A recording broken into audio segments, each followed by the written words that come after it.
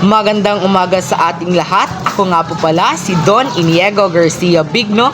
Ako ay 15 taong gulang na at ako ay nakatira sa Pulot, Tanay City, Negros Oriental, Philippines. At ang aking talento naman at hilig ay ang pagkanta, pagguhit, pagsulat at ang pagsayaw. Meron akong dalawang pangunahing layunin sa aking buhay at ito ang makapagtapos ng pag-aaral at makamit ang aking gustong kurso na accountant.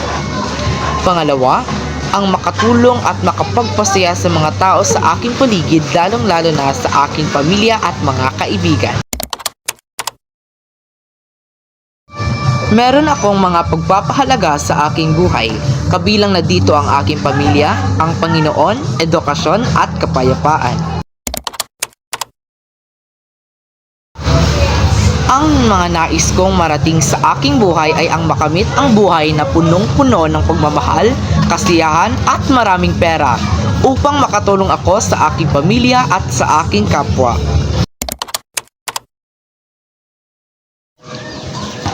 Ang mga taong maaari ko na makasama at maging kaagapay ko sa aking buhay ay ang Panginoon, ang aking pamilya at mga kaibigan.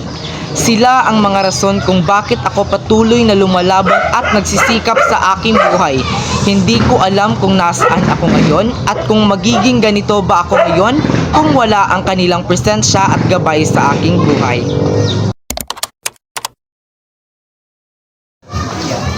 Mahalaga ang pagbuo at pagkakaroon ng misyon sa buhay sa pagkamit ng mithiin dahil ito ang nagsisilbing gabay, direksyon at motibasyon sa iyo. Ang PPMB ay isang napakahalagang bagay sa pagkamit ng mithiin dahil marami itong maitutulong sa panahon na bubuin mo pa lamang at pagpaplanuhan ang mga bagay na gusto mong makamit at marating sa iyong buhay at ang iyong mga mithiin. Ganahan mo bloopers? Go!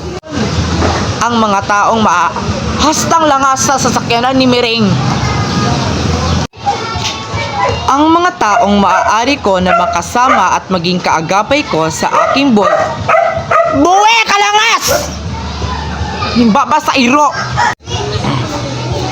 Mahalaga ang pagbuo at pagkakaroon ng misyon sa buhay sa pagkamit ng mithiin dahil masagpaan ang baba ni murong manuka ka.